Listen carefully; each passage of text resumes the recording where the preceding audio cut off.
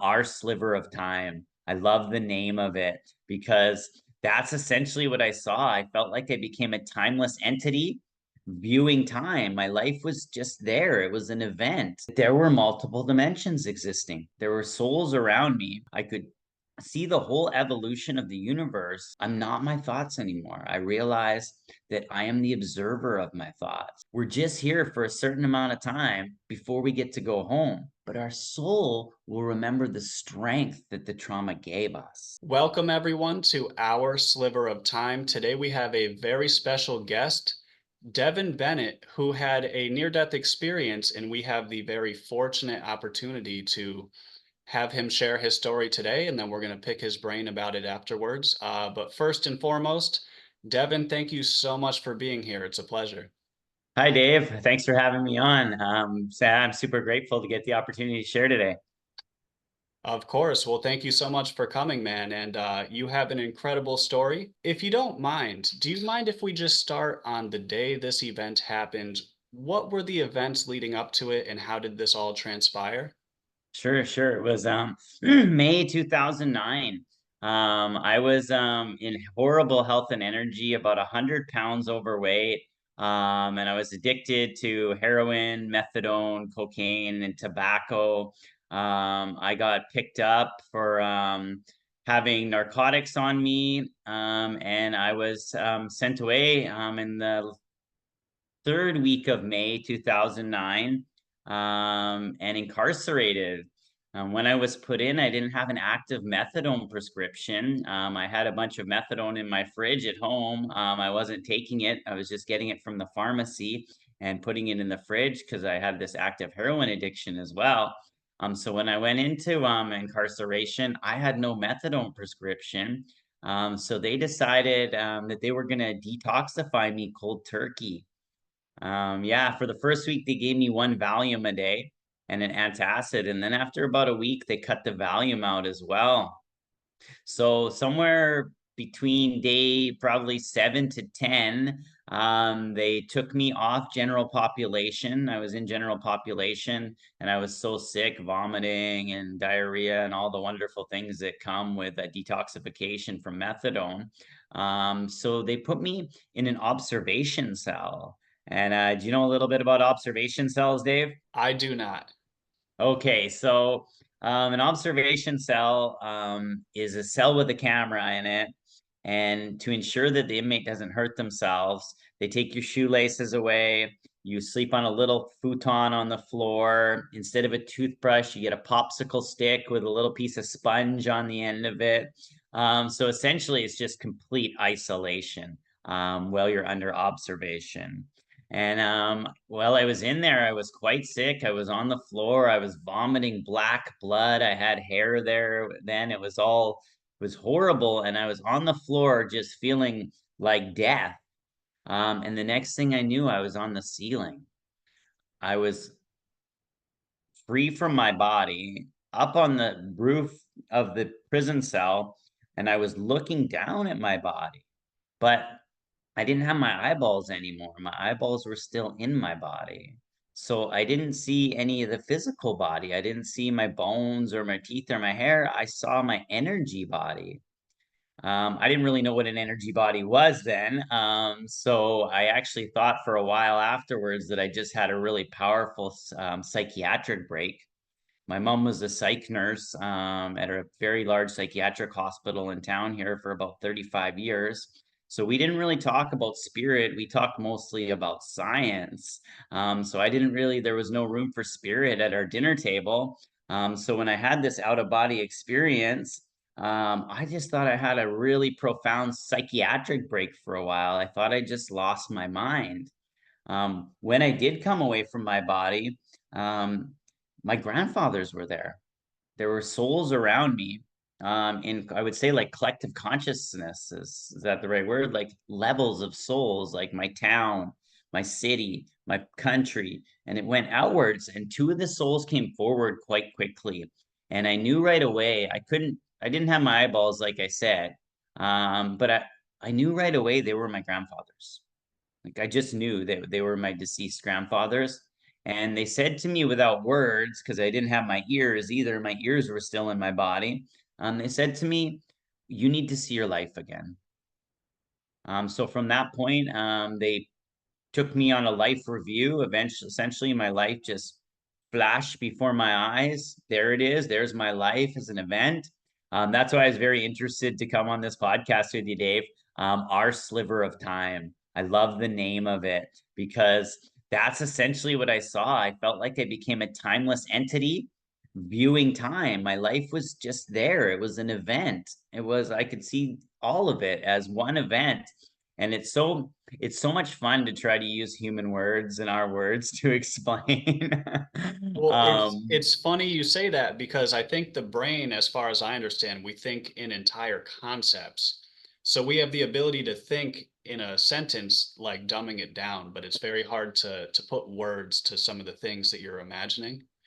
Absolutely. And like, without being burdened by time, I could see the whole universe. Like I could see the universe start as one single element, hydrogen, and evolve forward because I was without time for 3 minutes. So there's my life as an event. There's my prior lives. I did not believe in reincarnation before this. I thought in the Western Christian belief of one life, one death, and judgment. But I do not believe that anymore. I believe I was a Black woman before I was this incarnation. I could see I was an Irish man before that incarnation. I could see the whole evolution of the universe because I was without time. And the funny thing is, it's been 13 years now, and I'm still finding new words every day to explain this timeless situation that we get to experience after we leave our meat suit behind and we go on to the next level. So that was my experience in a condensed version of what happened. My grandfathers did kind of let me know that it wasn't my time yet, and they put me back in my body. I woke up out of prison. They took me out of a maximum security prison, and I was in the hospital when I awoke. I was belly chained to the hospital bed, and just like in the worst condition of my life. I had stickies all over my chest. So I guess they had got me back to, well, I know they had got me back to life. But it was wild. After I had this near death experience, I actually had an ego death right afterwards, Dave. Can I explain to you how my ego death happened? Oh, absolutely. Okay, so before I went into the prison, I thought I was pretty cool. I had a couple of nice cars and I had a bunch of stuff, a bunch of material possessions. And for the things that I was doing, I was having some success at them. So I thought I was pretty cool. I thought I was, as far as the badass guys went, I was a pretty good one. So that's how I went in. About 5 days later, I looked in the mirror. I hadn't shaved. I had hair then. It was all wild. I was looking really rough. And then by the time I got to, they took me out of the prison and got me back to life, jacked me back to life. I was in miserable shape. I was very, very gray and like had not shaved in 10 days, and I looked just disastrous. And I remember looking across the waiting room of the hospital, the emergency where they had me, and I remember seeing a mother cover her child's eyes because she didn't want him to see the condition that I was in. And then a beautiful nurse came up to me, a beautiful blonde nurse, and she had to find a vein. But I was so bloated and sick from the IV heroin use and from just my lifestyle that she kept poking and she could not find a vein. So she called over another beautiful nurse. If you've ever been to Vancouver Island, it's a melting pot here. We have all different nationalities. So I believe the next nurse was Indo-Canadian. And she too, no, no, no veins. She kept poking. And then she finally called over an Asian nurse. She started poking at me too. She couldn't find a vein either. Eventually, they had to call down the old IV nurse.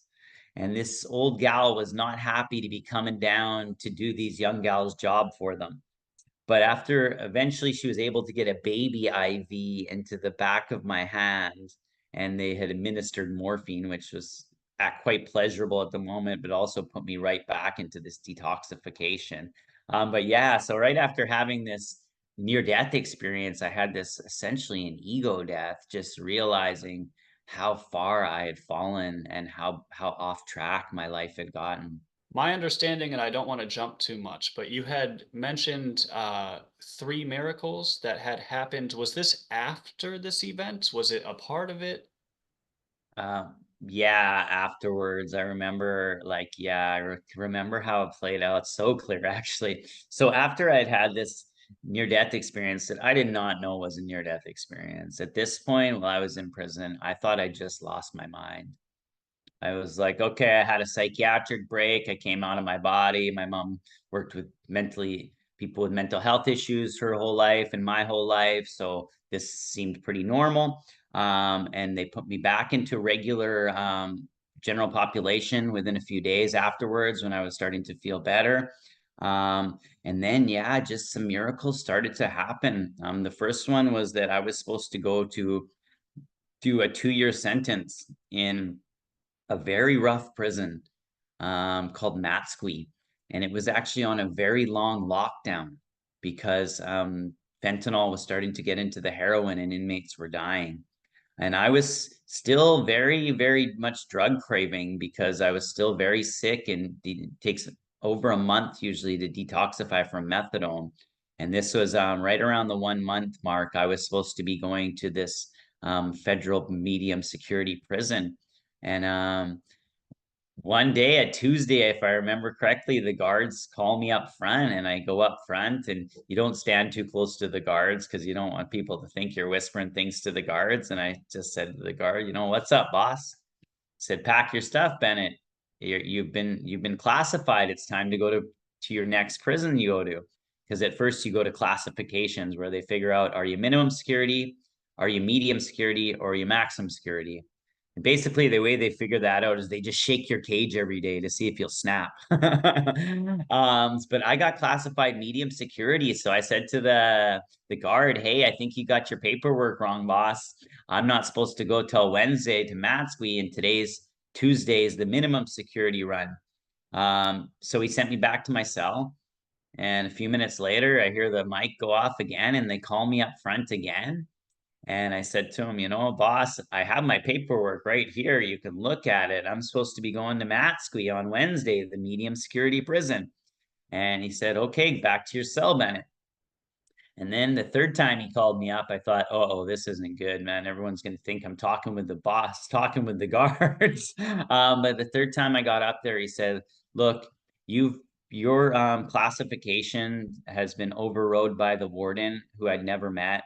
And you are going instead to this medium security prison on lockdown. You're going to a minimum security prison on Vancouver Island that is the most beautiful prison in all of Canada. It has a Buddhist garden. I did my first yoga class in that prison. It has a salmon house where the First Nations offer sweat lodge. It had a golf course at one point, but they took the golf course away. I guess the inmates were having too much fun. But yeah, I got sent to the most beautiful prison in Canada to do the rest of my sentence. And it was really a big part of my healing happened in that prison, learning how to meditate, learning to practice yoga, doing some other spiritual endeavors like nonviolent communication classes. So that was a profound miracle. At the time, it just seemed like wow, this is something's gone right or something's gone wrong. I didn't know, but I knew that something very good had happened here. And I was starting to get this feeling, just like a background feeling of just being more connected to my spirit. When I went to that prison, another miracle happened, a couple of them really quickly.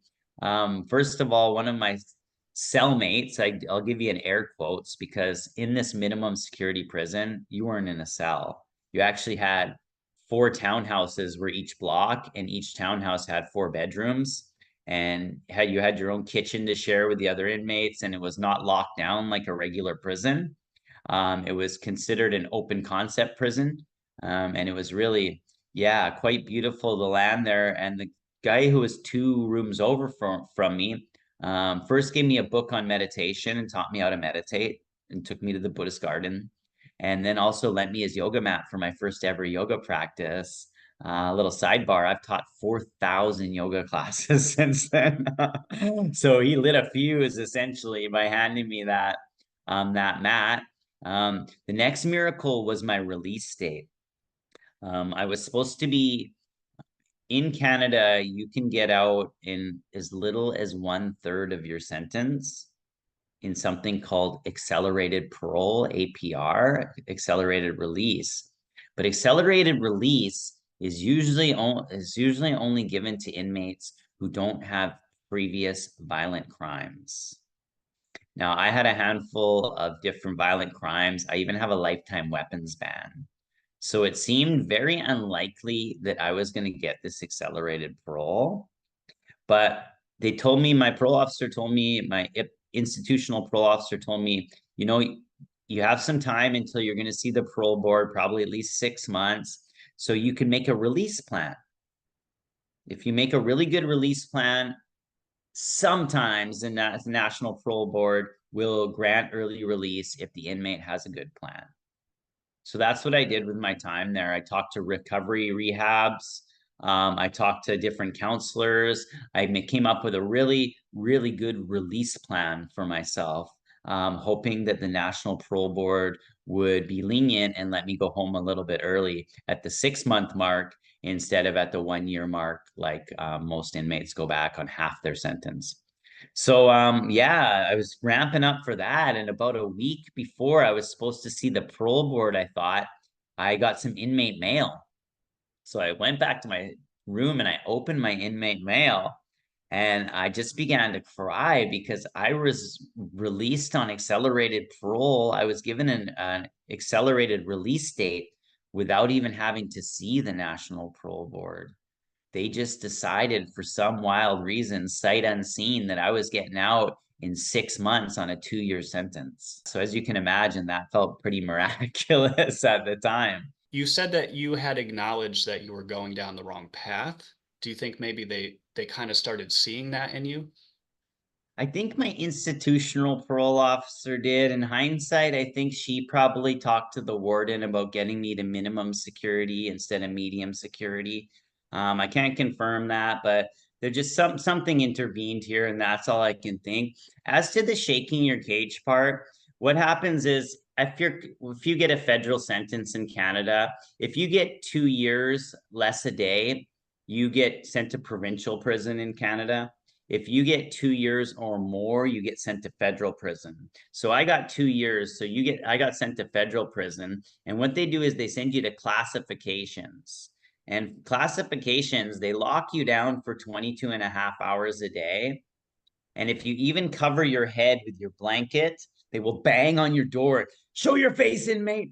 So essentially, their whole job is to like I said earlier, rattle the cage of these inmates to see if they're best served for minimum, medium, or maximum.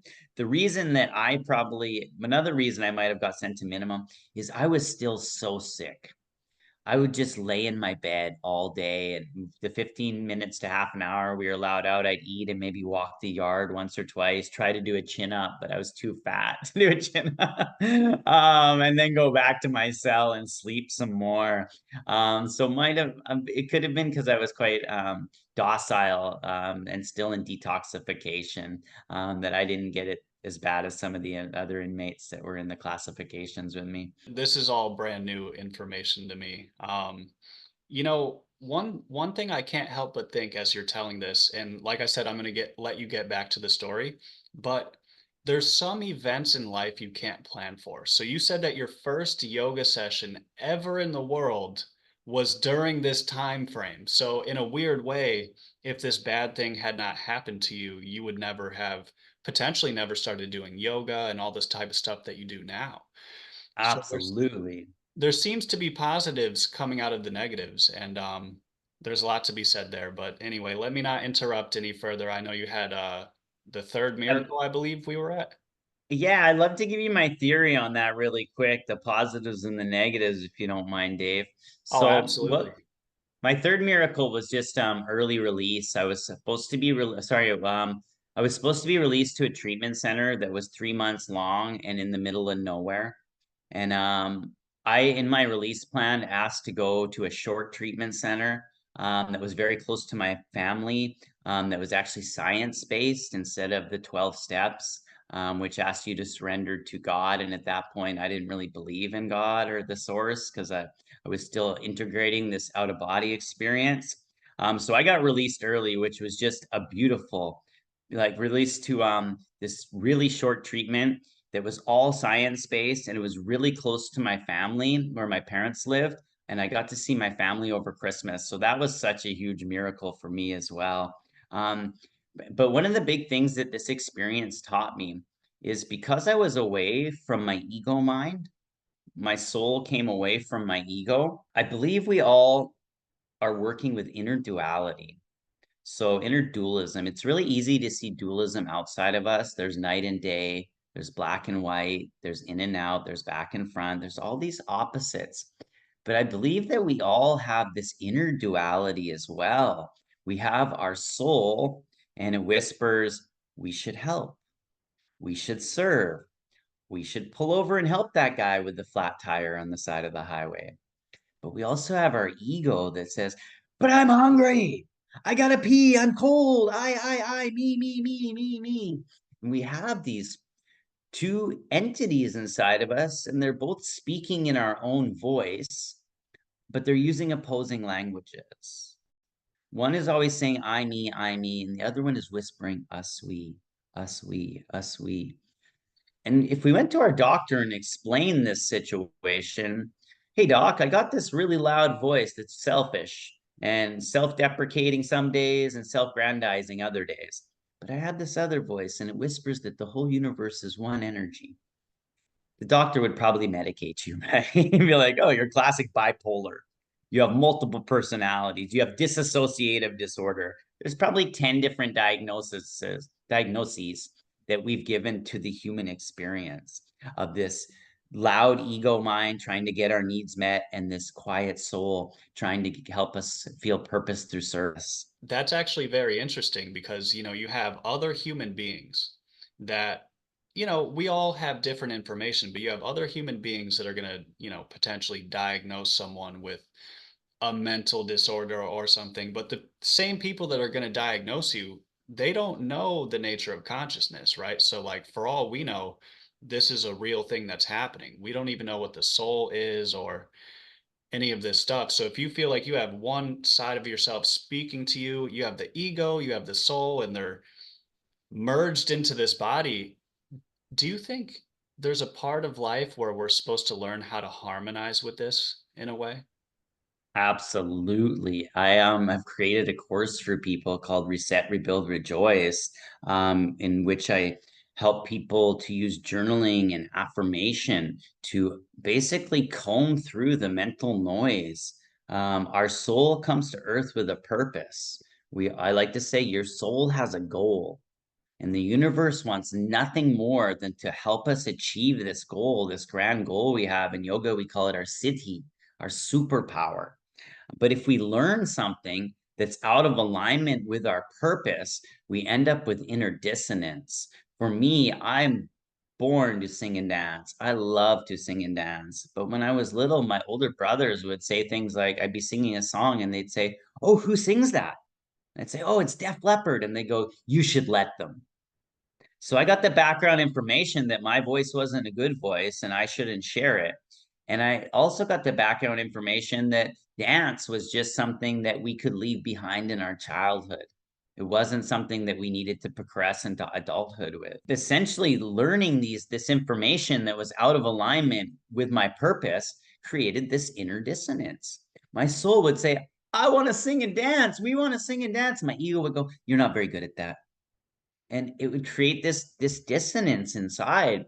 And I think a lot of people are living with this inner dissonance. They have this purpose, they have this whisper in their soul telling them their higher purpose, their higher goal on earth, and they've learned something that is out of alignment with that. So their ego mind is saying, no, no, no, stop painting. Your painting isn't as good as someone else's painting, so there's no need for you to paint anymore. And then they go back to their day job as an accountant. Or do you see what I'm saying there, Dave, about the inner dissonance? Oh And the yeah. cool thing, yeah, the cool thing is too, what like we were talking about a few minutes ago. So because we have these two entities, let's call them our soul and our ego, if we go back and remember our past, our ego usually remembers trauma. Like, damn, that was one uncomfortable yoga class. I hadn't stretched in 10 years. My hips hurt, my shoulders hurt. But our soul will remember the strength that the trauma gave us. So we actually have two memories of the past. One being our spiritual memory, in which we realize, wow, falling on my face made me strong. And then we have our ego's memory that said, poor me, I fell on my face. So I help people in my program too to I do something called a lifeline. So we draw out a line and we go over every major event in their lives. And that most people can see quite quickly that the things that they have registered as trauma are actually where they got their greatest strength from. So both these paths exist, the one in which we were traumatized and the one in which we were gifted strength through adversity. It's just whether we decide to view it from the soul or view it from the ego. I'm really resonating with what you just said as far as it seems like there's like a reference point there as well, where you say that the traumas give you strength. So for example, if you're 35 years old and your worst injury was a scrape on your knee, well then when you break your wrist, you're going to probably panic and you've never experienced that level of pain versus let's say you've broken bones, torn ligaments, the next time you scrape your knee, you're brushing that shit off. Like it's Phew, nothing. it's like almost experience. That's what it is. And it makes you stronger. So I agree with that. And I hope I'm not going too far off the rails here, but I No, you're just exactly right. I just like to say this often. Like when you pray for strength, you don't get strength. You get opportunities in which to be strong. When you pray for patience, it's not like the universe is like, here is infinite patience. The universe is like, here's some shit to test your patience. And yeah, and it's yeah, I agree with you. When we've been through a lot, we get through adversity, we get depth of character, we get strength through adversity.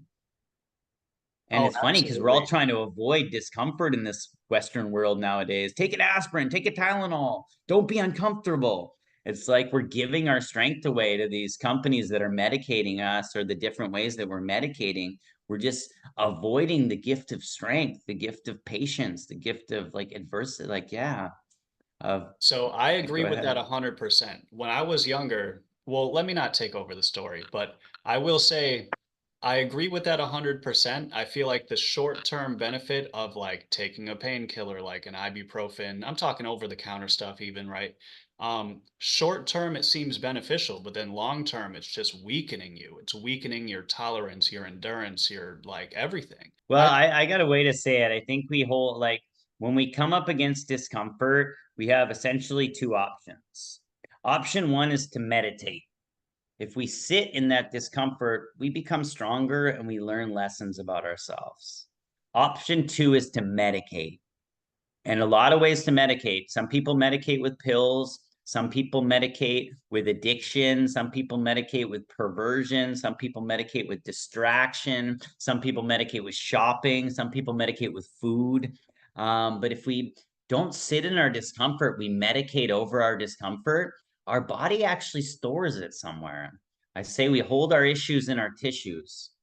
So if that discomfort's around hurt, it's going to store around the heart. If it's obligation or burden, it's going to store in the shoulders. If it's fear, it's going to store in the hips. And the body keeps the score, the book says, right? If we don't sit in the discomfort, our body just holds it somewhere for us for later. And eventually it builds up to pain or injury or illness if we don't sit in discomfort. We run from the discomfort. This is why I love yoga so much, Dave. Yoga is the hobby of discomfort. You get your mat out, you put one leg over the other, and you see if you can get uncomfortable. Okay, that's not uncomfortable. Okay, let's see if we can put the leg up even higher now. We just keep going and going until discomfort, essentially, we chase discomfort out of the body through our yoga practice. And people don't realize the duality of discomfort either.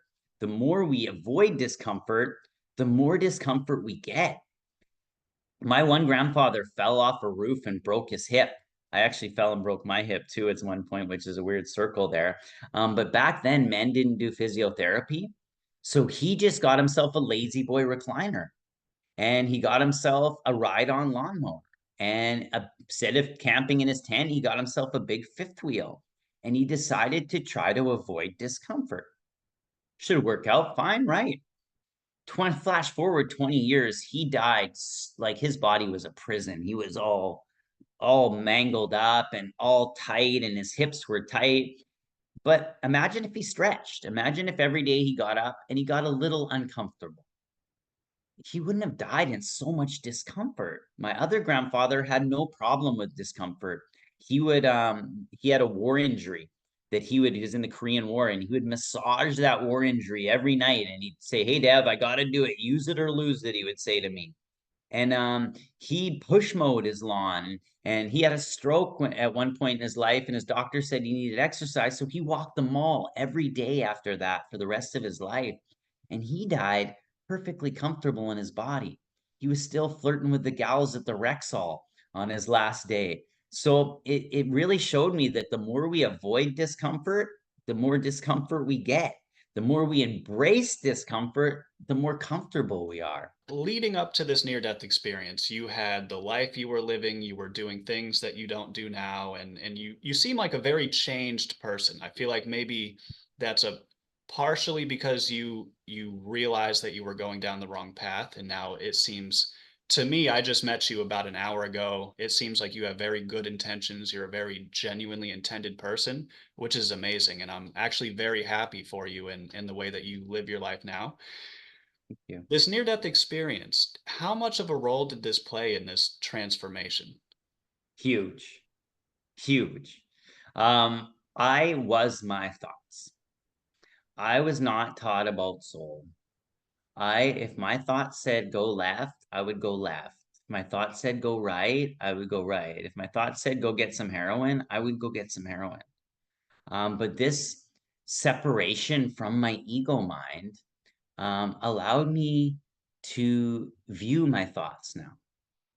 I'm not my thoughts anymore. I realize that I am the observer of my thoughts. And, yoga and meditation has taught this for thousands and thousands and thousands of years. So basically, I would say the best way to say it is that I was forced into a 3-minute meditation, was my near-death experience.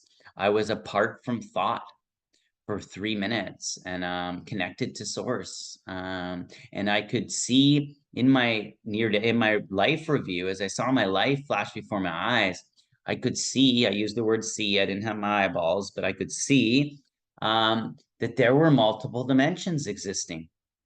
In every moment of my life review, I could see that I either could have been in a higher frequency, closer to miracles and synchronicity, or I could have been in a lower frequency, closer to accidents and illness. I spent a lot of time below the line, though.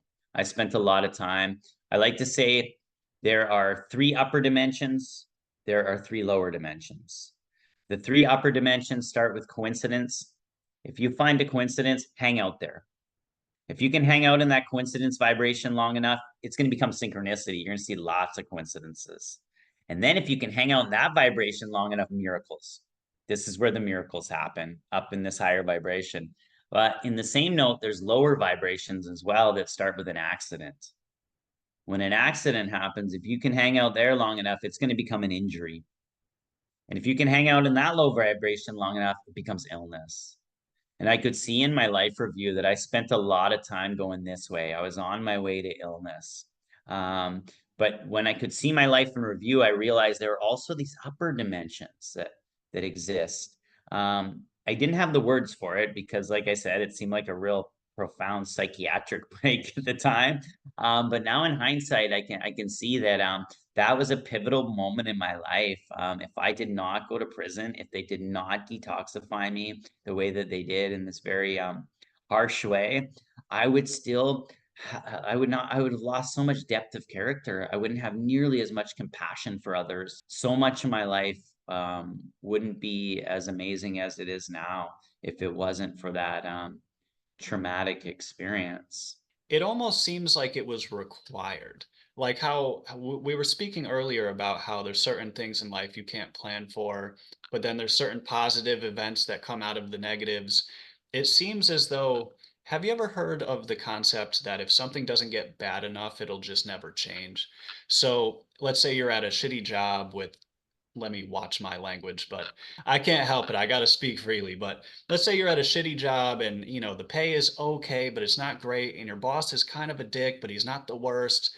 You might stay there for 35 years, right? Versus if the treatment is so bad that you're like, I absolutely must get out of here. It almost has to get so bad that you're forced to make a change. So maybe this all happened for a reason. I mean, when I speak with you today and I could just see the glistening in your eyes and I could it's contagious really, like it makes me smile, you know.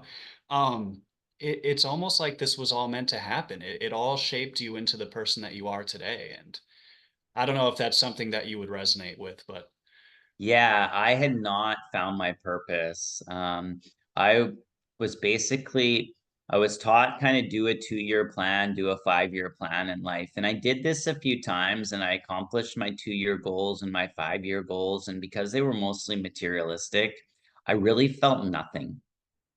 I didn't like, there was no joy in these achieving these little egoic goals. But what this near death experience did is it made me flip my script. I think of the end now. I begin with, like Stephen Covey says in the 7 Habits of Highly Effective People, I begin with the end in mind.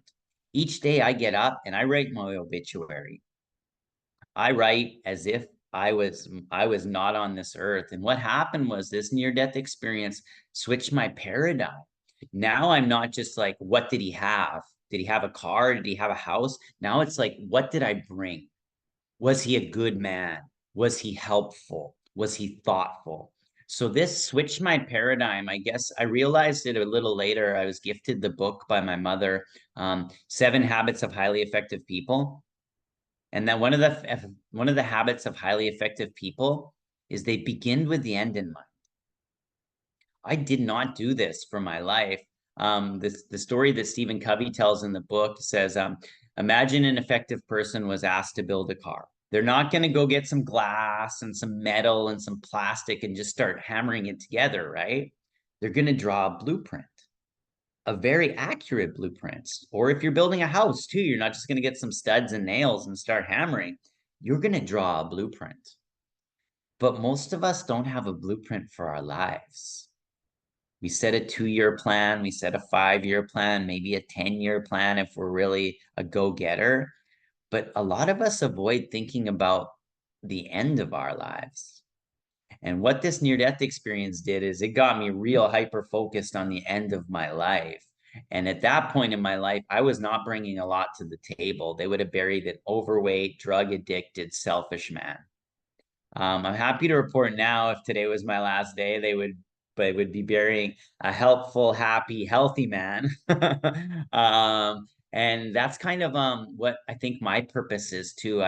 The reason I survived this was so that I could help others to switch their paradigm and not have to go through the suffering that I went through, but still get all this positive out of it by get mastering the habit of beginning with the end in mind, thinking about the end of our lives, writing it. I encourage people to write their North Star dream, I call it, in my program, but it really is their obituary. I ask people start to focus on their obituary. And if you're writing down that, you know, Dave was a happy, healthy, wonderful man, and you go out tonight and you get drunk and smoke a pack of cigarettes, you're going to realize that you're living out of alignment with this obituary you're writing, your end game. And the cool thing about the is that anyone can do this at any time. Anyone can have an out of body experience. They can have a near death experience. They can bury their ego today and start to focus on the end of their lives so that they get out of karma and into dharma, back onto their path. that is just genuinely good advice. I'm a little bit speechless. I don't know what else to say but that. Very good advice. And I'm actually curious. So I contemplate my own mortality very often as a result of my near-death experience.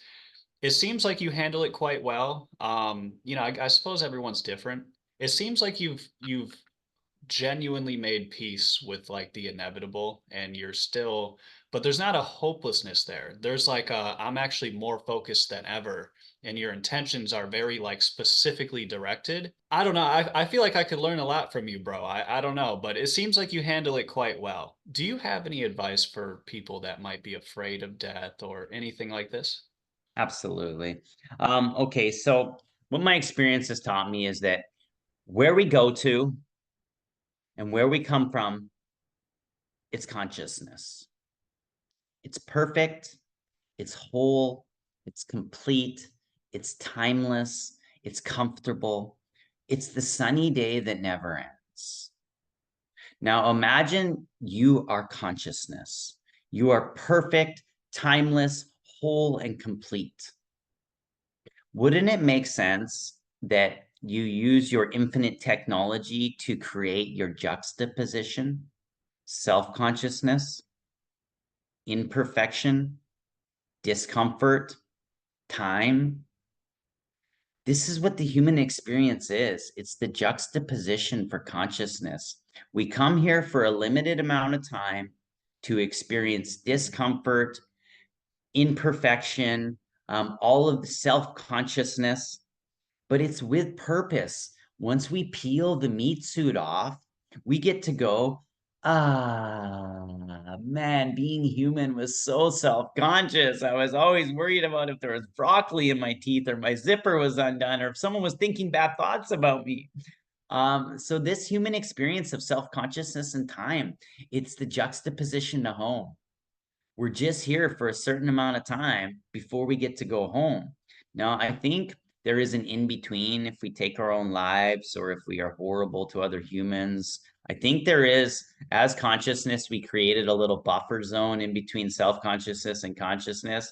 Because if we awaken to consciousness, we realize we're just consciousness having a self conscious experience, well, we might just take our lives and go back to consciousness, but I think there is a buffer in between there. There is a they call it the Bordeaux in the Tibetan Book of the Dead, the place in between consciousness and self-consciousness.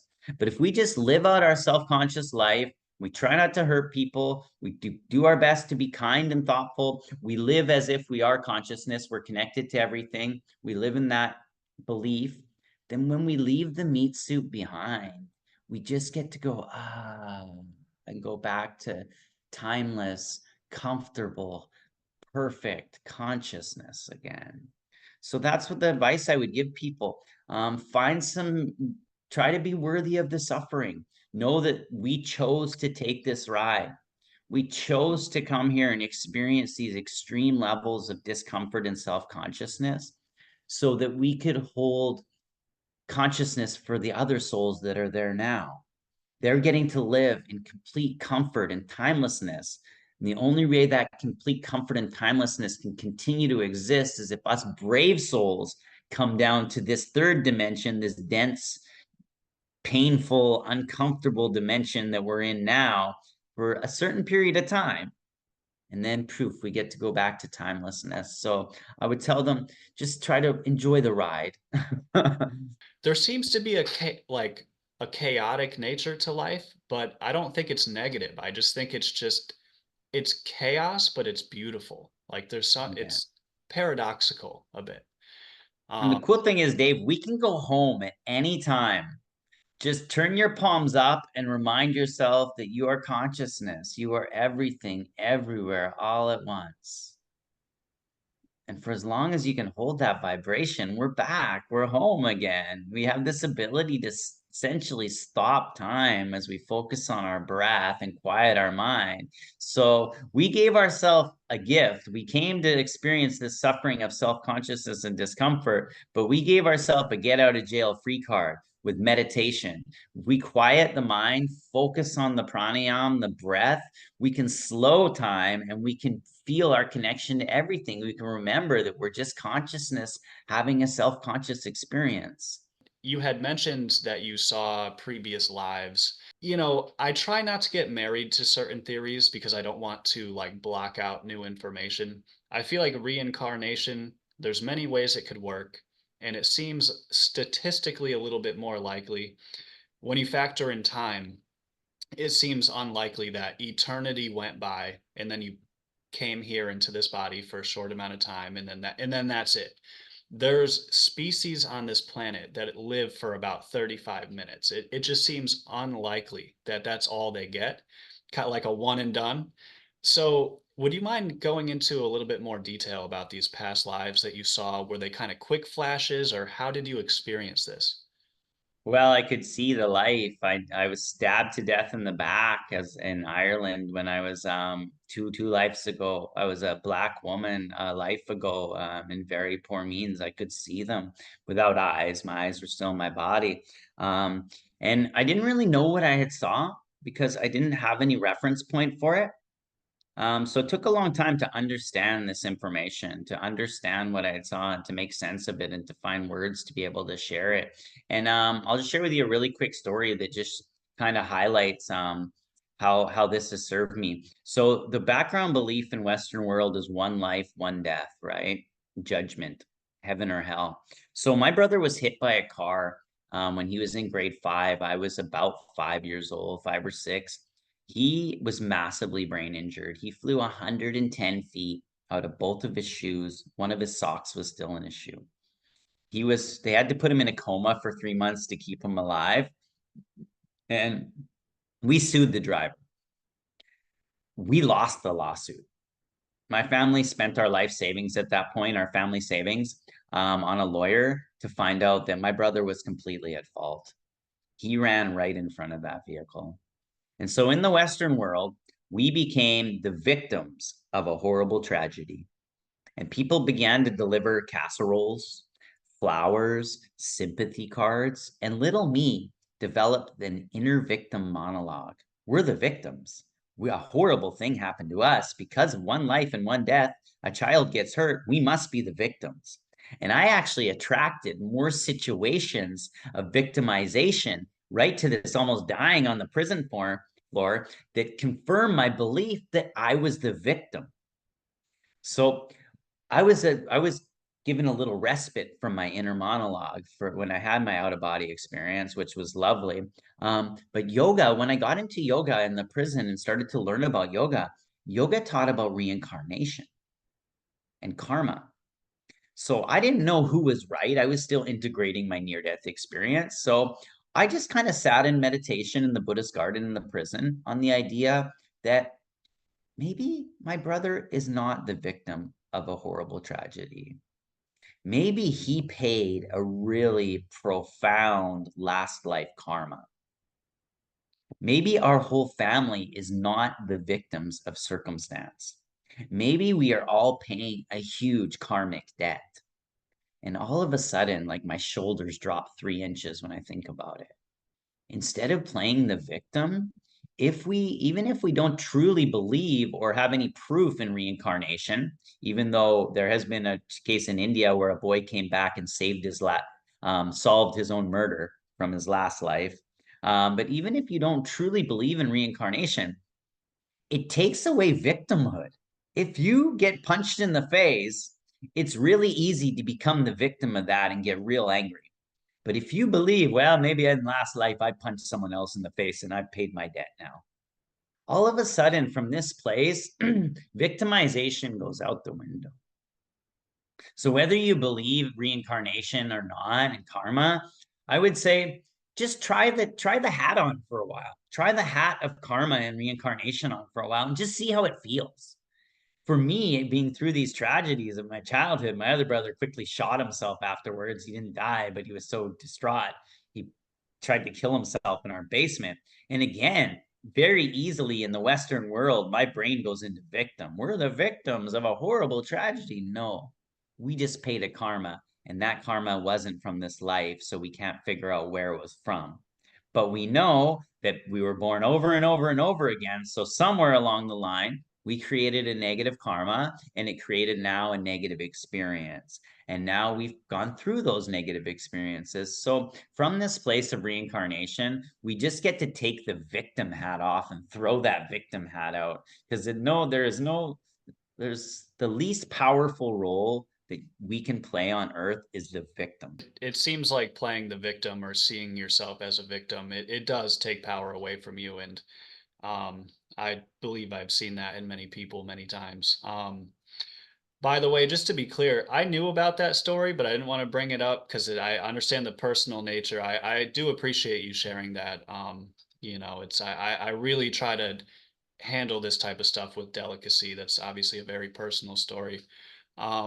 But through that, you learned, maybe it's not beneficial to think of myself as a victim. Maybe you acknowledge how powerful you are as a person to control your paradigm. And that's another positive coming out of the negative. So, yeah, this is just my take on it from an outsider. But I think that same concept could be applied for many people in many areas. Absolutely. Yeah, so I appreciate you sharing that. And I do think you're going to help a hell of a lot more people than you realize. I know you're already doing a bunch of great work. Speaking of, if people want to find more of your stuff, where is it that they can find you? Well, I'm on Facebook and Instagram. My name is Devon Bennett, Bennett. So DEVON BENNETT. Add me as a friend. I love chatting with people on the Messenger. I also am on the Instagram. On Instagram, Sound and Plant Medicine Yoga Guy is my handle. But you can just find me at my website. Thank you so much, Devin, for coming on. And to everyone watching, thank you so much for your sliver of time. This has been ours. Um, and once again, thank you so much for coming on. We're definitely going to have you back if you're up for it. Yeah, I would love that, Dave. Thank you for sharing your sliver of time with me as well. I very much appreciate your time today. It's been really nice revisiting these times in my life. It keeps them fresh and keeps me centered as well. So I'm grateful for the ability to share. Oh, absolutely, man. And like I said halfway through this interview, really, like I see the glisten in your eye. There's something about you. It's hard to put into words, but it's very inspiring. It's contagious. But in a good way, not like COVID, right? Not that kind of contagious. No, no. No, there's your energy is contagious in like the best way possible. So I really do. I appreciate it so much. And yeah, to everyone watching, thank you so much, and we'll see you next time. Thanks, everyone. Have the blessed day. Namaste. Peace out.